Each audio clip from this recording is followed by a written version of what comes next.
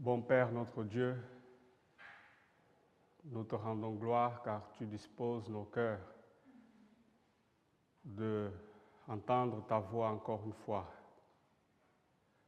Nous sommes ici, Seigneur, dans ce rendez-vous, afin que tu nous apprennes à mourir au moi. Ô Seigneur, déverse ton esprit en nos cœurs. Que toute chose mauvaise en nous, Seigneur, puisse disparaître, afin que Christ seulement soit vu. Forme nos caractères au nom de Jésus-Christ. Et merci, Seigneur, que ton Saint-Esprit guidera ce moment de partage et que Christ soit glorifié. Au nom de Jésus. Amen.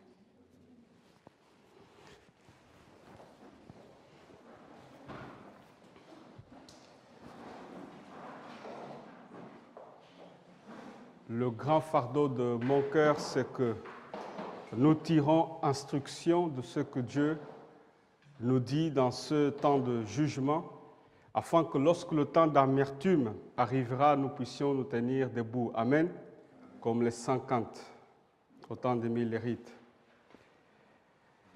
Et nous avons vu que dans la préparation, lorsqu'il y a un délai pour que Jésus descende du ciel, il y a quelque chose qui se passe ici-bas parmi le peuple de Dieu. Et une chose que Dieu condamne, c'est que nous donnons nos oreilles aux prédications œcuméniques, que nous donnons les anneaux d'or à la Fédération protestante française, car ces choses font que répéter le discours d'Hérode, discours spiritiste. Nous allons prendre Josué 24. Aujourd'hui, nous voulons converser avec Dieu dans ce rendez-vous. Car Pierre, dans son orgueil, il croyait se tenir debout au temps de la tentation. Il croyait mourir avec Christ, mais il n'a pas su. Bien souvent, nous disons aimer Dieu, mais lorsque l'expérience arrive, où nous sommes testés, bien souvent, nous laissons Dieu tomber. Alors, Dieu nous convoque par Josué au chapitre 24. Nous lisons verset 1 et verset 2. L'étude ce matin sera intitulée « Sous le térébinthe ».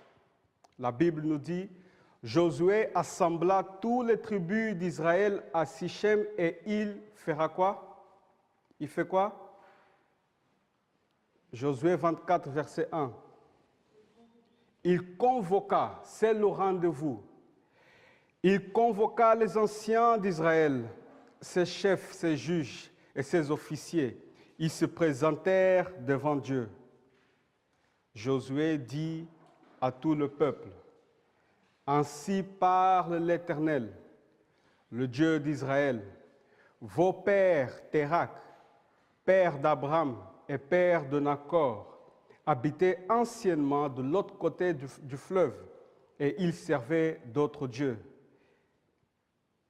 Nous allons lire le verset 6, le début du verset 6. « Je fis sortir vos pères de l'Égypte. » Pour résumer, Josué, dans la convocation, dans le discours du rendez-vous de la mort pour tous les vivants, nous avons lu le verset l'autre jour, Job 30, verset 23.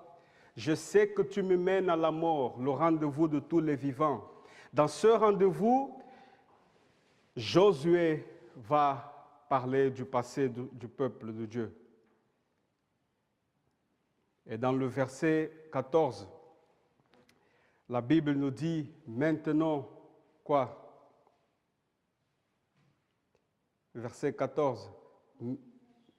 Maintenant, craignez l'Éternel et servez-le avec intégrité et fidélité. Faites disparaître les dieux qui conservez vos pères de l'autre côté du fleuve et en Égypte et servez l'Éternel. Et si vous ne trouvez pas bon de servir l'Éternel, choisissez aujourd'hui qui vous voulez servir, ou les dieux que servaient vos pères au-delà du fleuve, ou les dieux des Amoréens dans le pays desquels vous habitez. Moi et ma maison, nous servirons l'Éternel.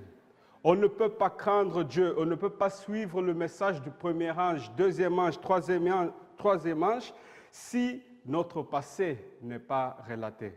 Amen. Ainsi, alors, pour ainsi dire, nous pouvons nous approprier ces versets en disant « Ainsi parle l'Éternel, le Dieu des Adventistes en France. Vos pères, les Millérites, habitaient anciennement de l'autre côté de l'océan. Soyez attentifs à votre expérience passée. » Amen. Maintenant, craignez l'Éternel et donnez-lui gloire, car l'heure de son jugement est venue. Allons dans le verset 16. Verset 16. Verset 16. La Bible nous dit qu'il nous faut renoncer soi-même. Jésus a prédit que Pierre allait lui renoncer. Et Pierre avait dit non, je ne te renoncerai pas.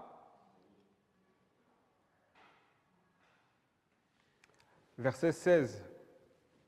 Le peuple répondit et dit, loin de nous la pensée de quoi? D'abandonner l'Éternel et de servir d'autres dieux. Quand vous prenez en parallèle Matthieu 26, à partir du verset 33, l'histoire du peuple ici, c'est l'histoire exacte de Pierre.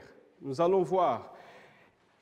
Matthieu 26, 33 nous dit, Pierre, prenant la parole, lui dit, « Quand tu serais pour tous une occasion de chute, rappelez-vous que le petit enfant Jésus serait pour plusieurs une occasion de chute. Tu ne le seras jamais pour moi. » Pierre et le peuple, dans leur audace d'orgueil. Mais Dieu veut faire comprendre à Pierre, au peuple et à nous ici présents, est-ce que nous avons vraiment compté le prix de servir Dieu jusqu'au bout? Josué nous donne la réponse, comme Jésus, au verset 19 de Josué 24. Josué dit au peuple, « Vous n'aurez pas la force de servir l'Éternel, car c'est un Dieu saint. C'est un Dieu jaloux, il ne pardonnera point vos transgressions et vos péchés. » En parallèle, Matthieu 26, verset 34, Jésus lui dit, « Je te le dis en vérité, cette nuit même, avant que le coq chante, tu me renieras 3 fois. » Josué 24, verset 21, le peuple dit à Josué, « Non, car nous servirons l'Éternel. » Matthieu 26, verset 35, Pierre lui répondit, « Quand il me faudrait mourir avec toi, je ne te renierai pas. » Et tous les disciples dirent la même chose. 2 fois, Pierre affirme contre l'affirmation de Jésus qu'il n'allait pas renier Jésus-Christ. 2 fois aussi, le peuple affirme la même chose. Et la Bible nous dit dans Matthieu que tous les disciples dirent la même chose. Mes amis, nous tous, ici sur ce camp meeting, nous disons la même chose. Personne exclu. Car Jérémie 17, verset 9 nous dit « Le cœur est trompeur par-dessus tout, et il est méchant. qui peut le connaître? Il nous faut nous présenter humblement devant l'Éternel, car notre amour pour lui est testé aujourd'hui. Josué 24, verset 25.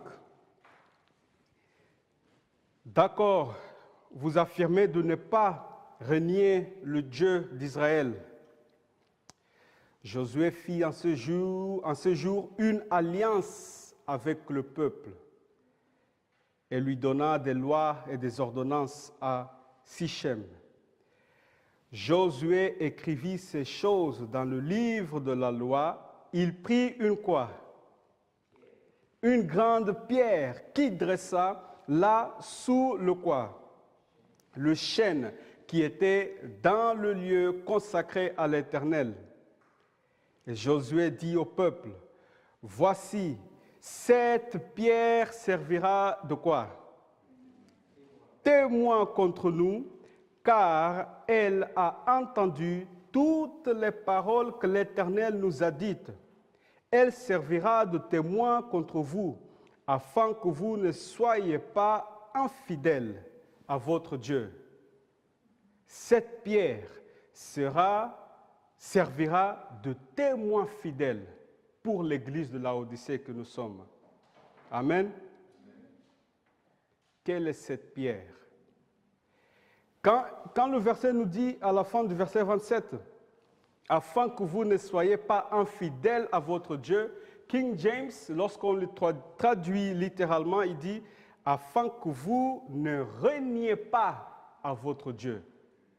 Le reniement de Pierre était par rapport à la grande pierre, le rocher, Jésus-Christ.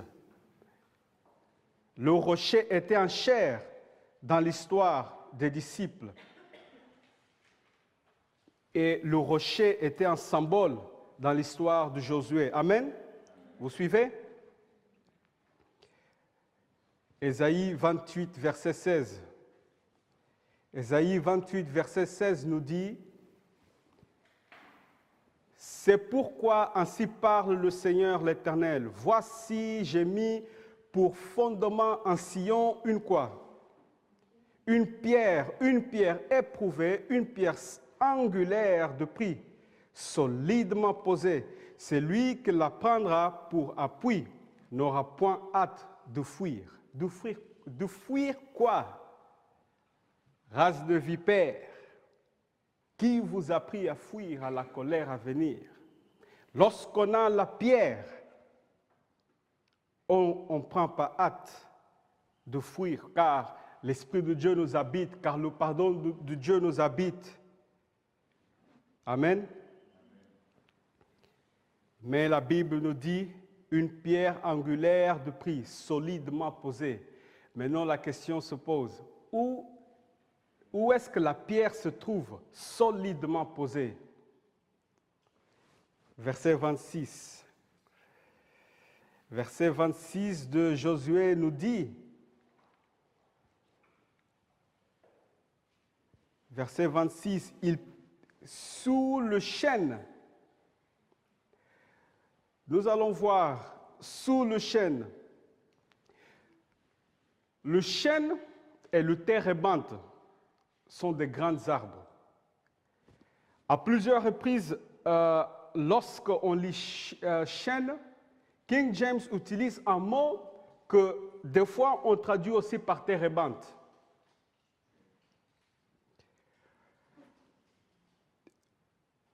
Sous le chêne se trouve la grande pierre. Allons maintenant sous le chêne pour voir qu'est-ce qui se passe. Juge 6, verset 7 et verset 8. Juge 6, verset 7, verset 8, puis nous allons lire verset 10 jusqu'au verset 12. La Bible nous dit, lorsque les enfants d'Israël crièrent à l'Éternel au sujet de Madian, l'Éternel envoya un prophète aux enfants d'Israël. Il leur dit, verset 10, « Je vous ai dit, je suis l'Éternel votre Dieu. Vous ne craindrez point les dieux des Amoréens. Puis, dans le pays desquels vous habitez, mais vous n'avez point écouté ma voix. Puis vint qui? L'ange de l'Éternel, et il s'assit sous le quoi? Le térébinthe d'Ophra, qui appartenait à Joas de la famille d'Abiézer. Gédéon, son fils, battait du froment au pressoir pour le mettre à l'abri de Madian. L'ange de l'Éternel lui apparut et lui dit, l'Éternel est avec toi. Nous allons maintenant sauter, verset 17 jusqu'au verset 20. Gédéon lui dit, parce que Dieu va susciter Gédéon pour renverser les faux dieux, les idoles. Amen. Dans ce processus, l'ange de l'Éternel lui apparaît. Et Gédéon, verset 17, lui dit, « Si j'ai trouvé grâce à tes yeux, donne-moi un signe pour montrer que c'est toi qui me parle. Ne t'éloigne point d'ici jusqu'à ce que je revienne auprès de toi, que j'apporte mon offrande et que je dépose devant toi, et que je la dépose devant toi. » Et l'Éternel dit, je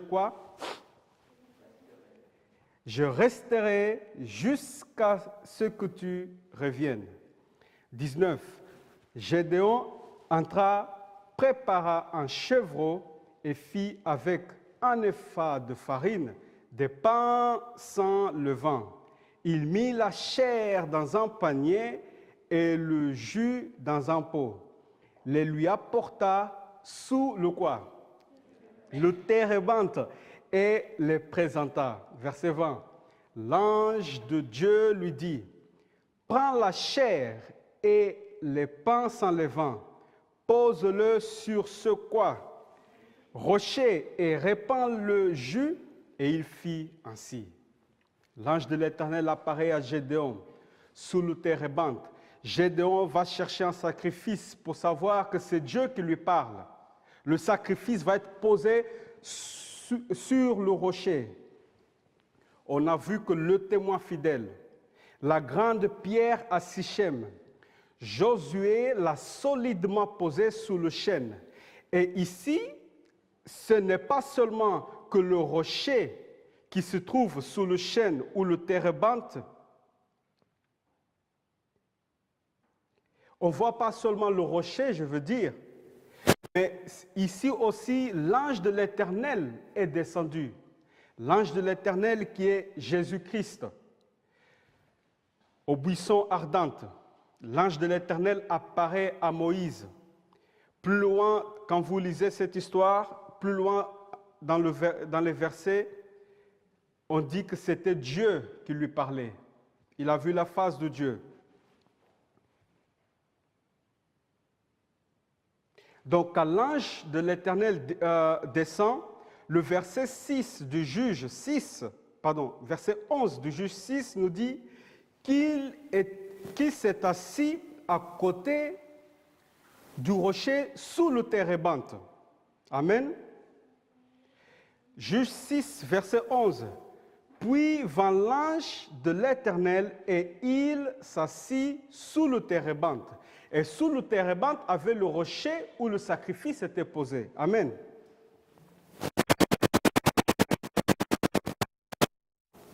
De même, l'antitype de Josué. Josué en hébreu, c'est Yehoshua. Mais Yehoshua veut dire aussi Jésus. L'antitype de Josué, qui est lui-même en retour le rocher, témoin contre l'église de Laodicée, l'église qui prétend lui aimer tant jusqu'à la mort, comme le prétendait Pierre, et le peuple au temps de Josué, il est aussi l'ange de l'Éternel qui, à notre ère, descend du ciel et s'associe au rocher de notre époque. Sa descente se trouve dans Apocalypse 10. Et le rocher avec lequel il s'associe, ce sont les messages donnés de 1840 à 44, selon la citation tirée dans Review and Herald, 14 avril 1903. Vous comprenez le parallèle? Au temps de Josué, l'ange de l'Éternel descend à côté du rocher. Apocalypse 10, l'ange de l'Éternel descend à côté du rocher. Quel est ce rocher? Review and Herald, 1903. L'avertissement suivant nous est donné, dit la sœur White. Rien ne doit être autorisé à venir troubler la fondation de la foi sur laquelle nous avons bâti depuis que le message est venu en 1842 et 1843 et 1844. J'étais dans ce message et depuis je suis resté fermé devant le monde, fidèle à la lumière que Dieu nous a donnée. Nous ne proposons pas de retirer nos pieds de la plateforme sur laquelle ils ont été placés, quand de jour en jour nous avons cherché le Seigneur par la prière fervente, à la recherche de la lumière. Pensez-vous que je pourrais renoncer? Pierre a renoncé. Le peuple a renoncé. Pensez-vous que je pourrais renoncer à la lumière que Dieu m'a donnée? Elle est comme le rocher des âges. Elle m'a guidé depuis qu'elle a été donnée. Voilà la lumière, voilà la plateforme, les messages qui ont été prêchés de 1840 à 1944. Sir White les appelle le rocher des âges. Voilà le rocher pour notre époque. 1840 à 1944. Le rocher était présent. L'ange de l'Éternel était descendu. Amen. Donc, 1840 à 1944, c'est le test pour savoir si vraiment nous voulons mourir avec Christ. C'est ce message qui teste notre amour pour Jésus, l'homme de Nazareth. Et Dieu, il nous parle aujourd'hui, Ésaïe 51. Nous allons prendre Ésaïe 51. Ésaïe 51, verset 1. Écoutez-moi, vous qui poursuivez la justice, qui cherchez l'Éternel, portez les regards sur quoi?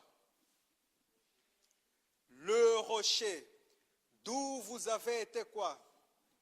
Taillé sur le creux de la fosse, d'où vous avez été tiré.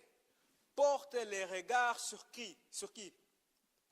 Abraham, votre père, et sur Sarah qui vous a enfanté, car lui seul, je l'ai appelé, je l'ai béni et multiplié. Et dans Jean 8, 39, un verset que nous avons déjà vu pendant la semaine, Jean 8, 39 nous dit, ils lui répondirent, notre père, c'est Abraham. Jésus leur dit, si vous étiez enfant d'Abraham, autrement dit, si vous portiez regard sur Abraham, votre père,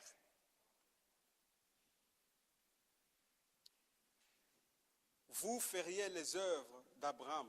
Verset 40. Mais maintenant, vous cherchez à me faire mourir. Moi qui vous ai dit la vérité que j'ai entendue de Dieu, cela Abraham ne l'a point fait. Verset 44. Vous avez pour père le diable. Parce qu'ils n'ont pas pour père Abraham. Ils n'ont pas porté les regards à Abraham. Et vous voulez accomplir les désirs de votre père. Il a été meurtrier dès le commencement et il ne se tient pas dans la vérité parce qu'il n'y a pas de vérité en lui. Lorsqu'il profère le quoi? Le mensonge, il parle de son propre fond, car il est menteur et le père du mensonge. Qui sont les menteurs? Apocalypse 3, verset 9. Apocalypse 3, verset 9. Voici, je te donne de ceux de la synagogue de Satan qui se disent juifs et ne le sont pas, mais qui mentent. Voici, je les ferai venir se prosterner à tes pieds et connaître que je t'aime. Ceux qui mentent font partie de la synagogue de Satan. Donc, quand Jésus dit aux pharisiens, vous avez pour père le diable et pas Abraham, il était en train de dire, votre synagogue va être laissée déserte parce qu'il est devenu la synagogue de Satan. Juifs, peuple choisi de Dieu, en parallèle avec nous.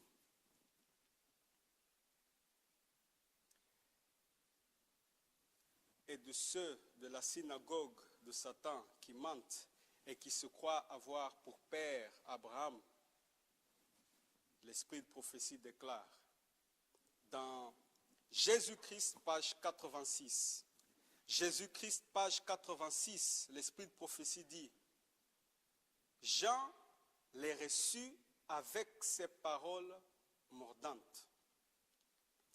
Race de vipères, qui vous a appris à fuir la colère à venir? Jean déclara aux instructeurs d'Israël que leur orgueil, leur égoïsme, leur cruauté attestaient qu'ils étaient une race de vipères. Il faut mettre en parallèle avec nous. Lorsque nous ne portons pas les regards à Abraham, lorsque nous ne portons pas les regards au rocher, lorsque les leaders rejettent la plateforme, leur cruauté attestait qu'ils étaient une race de vipères. Une vraie malédiction pour le peuple et non pas les enfants d'Abraham, le juste et obéissant. Compte tenu des lumières reçues de Dieu, ils étaient même pires que les païens, auxquels ils se croyaient si supérieurs. Ils avaient, écoutez bien, ils avaient oublié le rocher d'où ils avaient été taillés. Ils avaient oublié le rocher d'où ils avaient été taillés. L'histoire des Juifs, c'est notre histoire. L'histoire des dirigeants des pharisiens, c'est l'histoire des pharisiens de notre époque aujourd'hui. Nous avons oublié la plateforme. La carrière, elle continue, la carrière d'où ils avaient été tirés. Dieu n'avait pas besoin d'eux pour réaliser son dessein. Tout comme il avait appelé Abraham à sortir d'un milieu païen, il pouvait en appeler d'autres en service. Des cœurs qui paraissaient aussi privés de vie que les pierres du désert pouvaient, grâce à l'action de l'Esprit,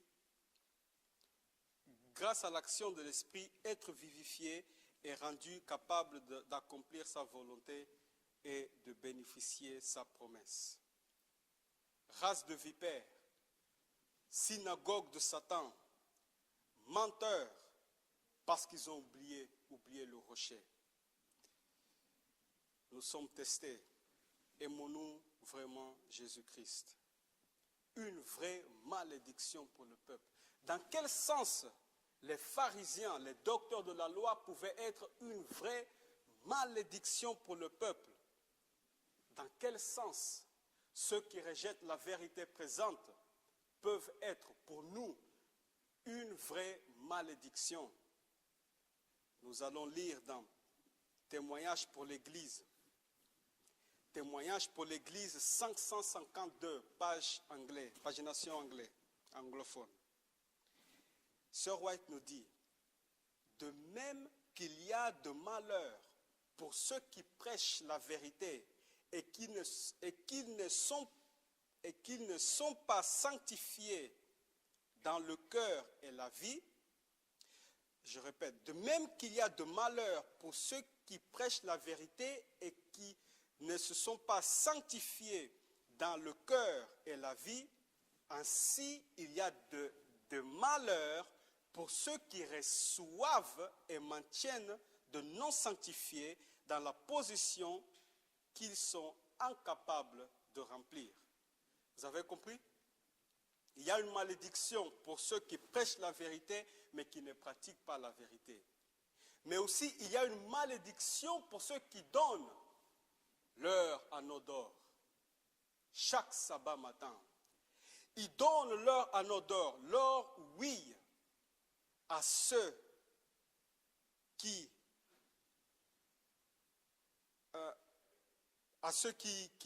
prêchent le mensonge, à ceux qui prêchent les discours d'Hérode.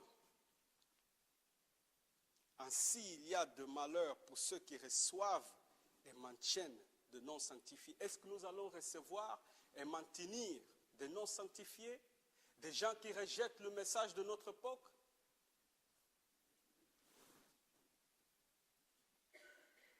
Sous le térébinthe se trouvait l'ange qui est descendu. Sous le térébinthe se trouvait le rocher.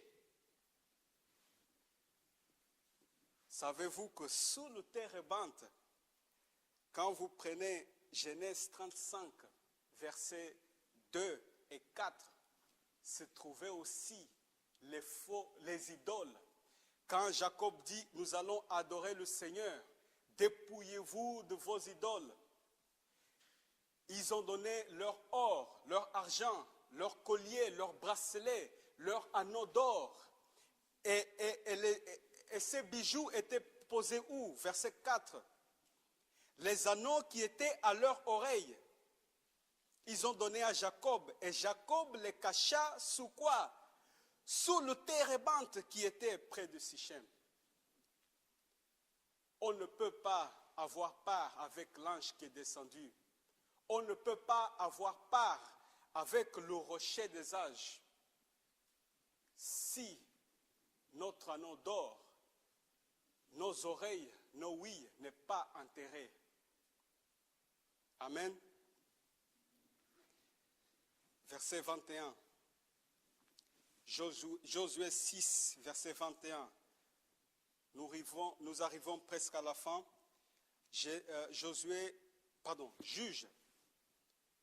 Juge 6, verset 21. Juge 6, verset 21. L'ange de l'Éternel avança l'extrémité de quoi? Bâton qu'il avait à la main, toujours dans l'histoire de Gédéon, d'accord? Qu'il avait à la main et toucha la quoi? La chair et les pains sans levain. Prenez garde du levain d'Hérode et des pharisiens. Le sacrifice que Gédéon apporta était sans levain. Dieu nous dit, offrez vos corps, offrez vos oreilles comme un sacrifice vivant, sans levain, sans les doctrines de mensonges. Alors, il s'éleva du quoi? Il s'éleva du quoi? Du rocher en feu qui consuma la chair et les pains sans levain. Qu'est-ce que nous avons ici? Le bâton, la chair et le pain sans levain, sacrifice. Le pain aussi qui représente la parole de Dieu, ce qu'on entend, les discours. Nous avons le rocher, nous avons un feu. Le rocher pour notre époque, nous savons que ce sont ces messages. La chair et le pain sans levain symbolisent nous-mêmes. Notre corps est ce que nous faisons de notre vie. Est-ce que nous donnons au discours, au pain avec le vin ou sans le vin? Et puis, il y a le bâton. Parce que, et ici, nous voyons l'évangile éternel dans sa plénitude. Par ce symbolisme. Parce que plusieurs ont le rocher, mais ils n'ont pas le sacrifice. Ils ont la parole théorique, mais ils ne donnent pas leur corps comme un sacrifice vivant. Et on peut avoir le sacrifice préparé, on peut avoir le rocher, mais on n'a pas le feu du Saint-Esprit. Et pourquoi on peut ne pas avoir le feu du Saint-Esprit en ayant toutes ces choses? Parce qu'il n'y a pas le bâton qui nous a touchés. Le bâton, que de lui sort le charbon ardent, qui touche notre bouche, qui nous purifie, qui nous donne le pardon. Bien souvent, nous professons ces messages. Bien souvent, nous professons nous sacrifier pour Christ. Mais le bâton nous manque. La vie du Christ dans nos vies exemplifiée, la vie du Christ dans nos vies nous manque. Son histoire, l'heure de contemplation nous manque. Dieu veut que toutes ces choses soient en place. Quand nous avons l'histoire de la mort et la vie du Christ, quand nous donnons notre corps en sacrifice sur ce message, le rocher, alors le feu peut venir. Notez qu'en de 1840 à 1844, ce roi dit que Dieu a déversé son esprit. Et il utilise le terme qu'il y avait une impulsion merveilleuse au message adventiste.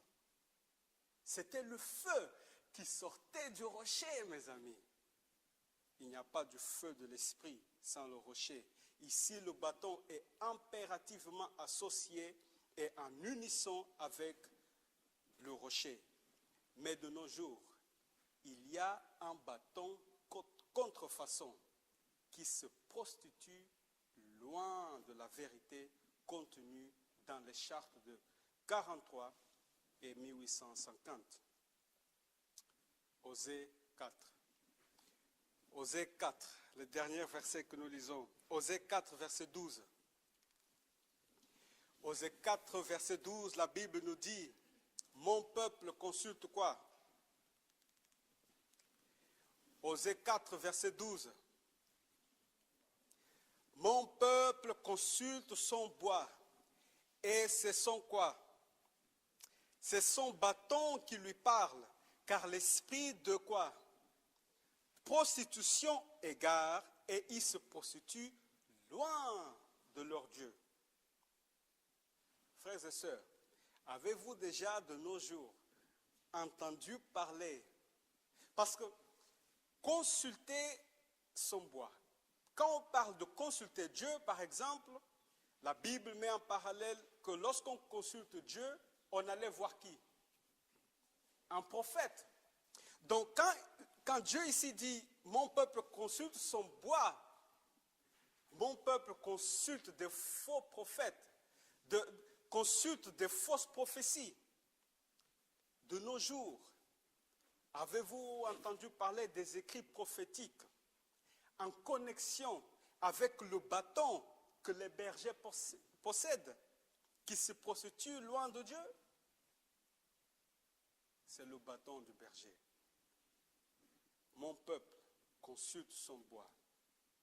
Et c'est son bâton de berger, leur faux berger, qui lui parle.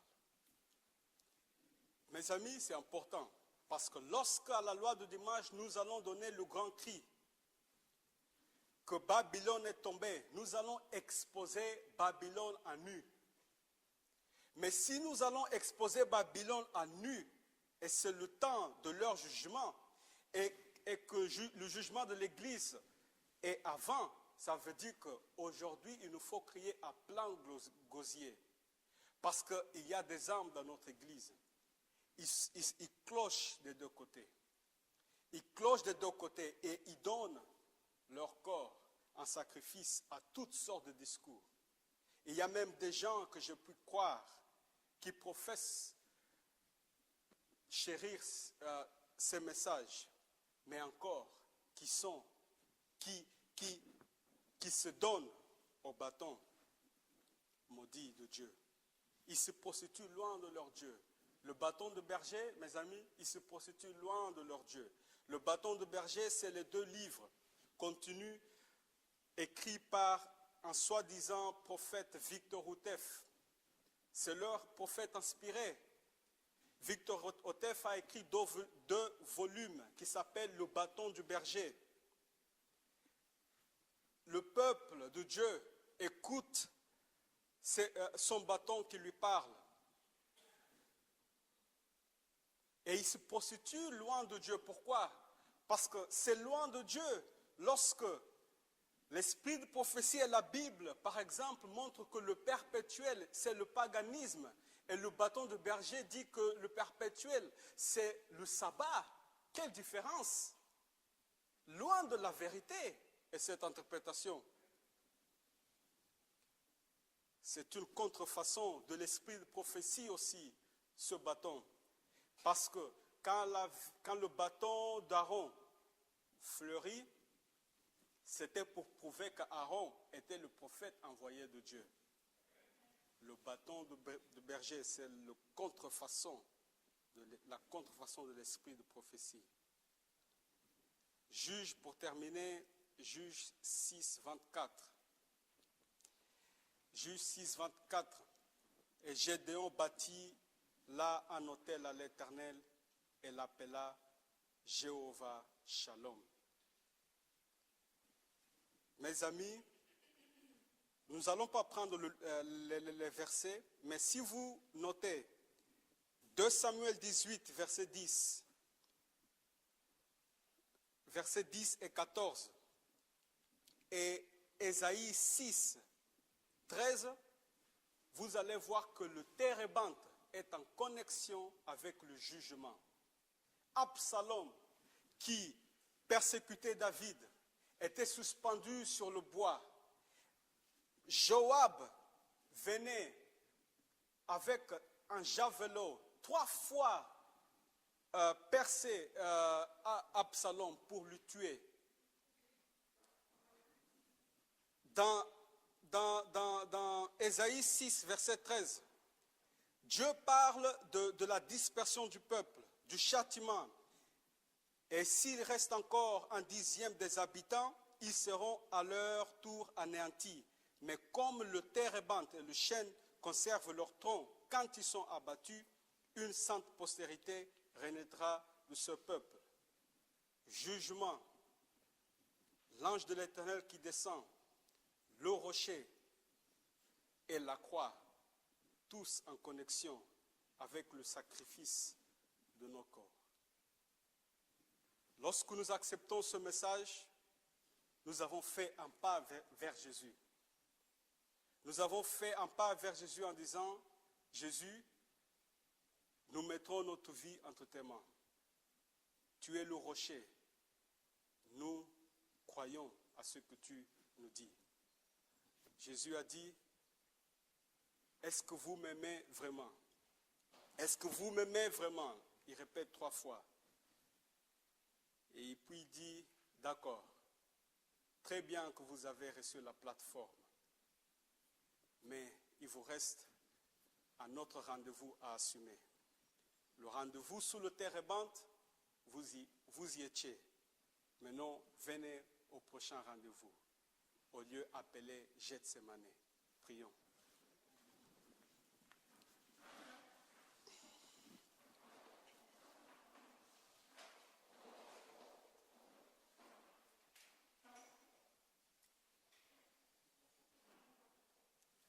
Seigneur notre Père, notre Dieu,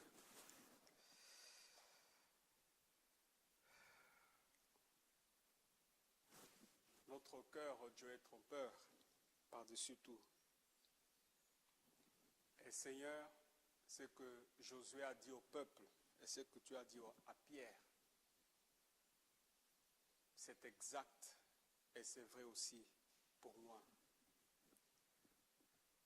C'est exact, Seigneur, je puis croire et c'est vrai aussi pour nous tous ici présents. Car tous les disciples disaient la même chose. Oh Dieu, le rocher y est dans notre cœur. Mais tu nous poses la question, est-ce que le bâton qui représente la croix a touché nos lèvres? Est-ce que nos corps se donnent en sacrifice pour toi? Est-ce que nous recevons l'Esprit chaque jour? Oh Dieu, pardonne-nous. Pardonne-nous de nos manquements. Tu sais que nous t'aimons, oh Dieu, et nous voulons honorer les rendez-vous que tu nous donnes. Donne-nous la force pour assurer aussi le prochain rendez-vous, où Jésus a donné sa vie pour nous, où Jésus a souffert pour nous. Donne-nous à avoir la même expérience. Au nom de Jésus-Christ, Père. Amen.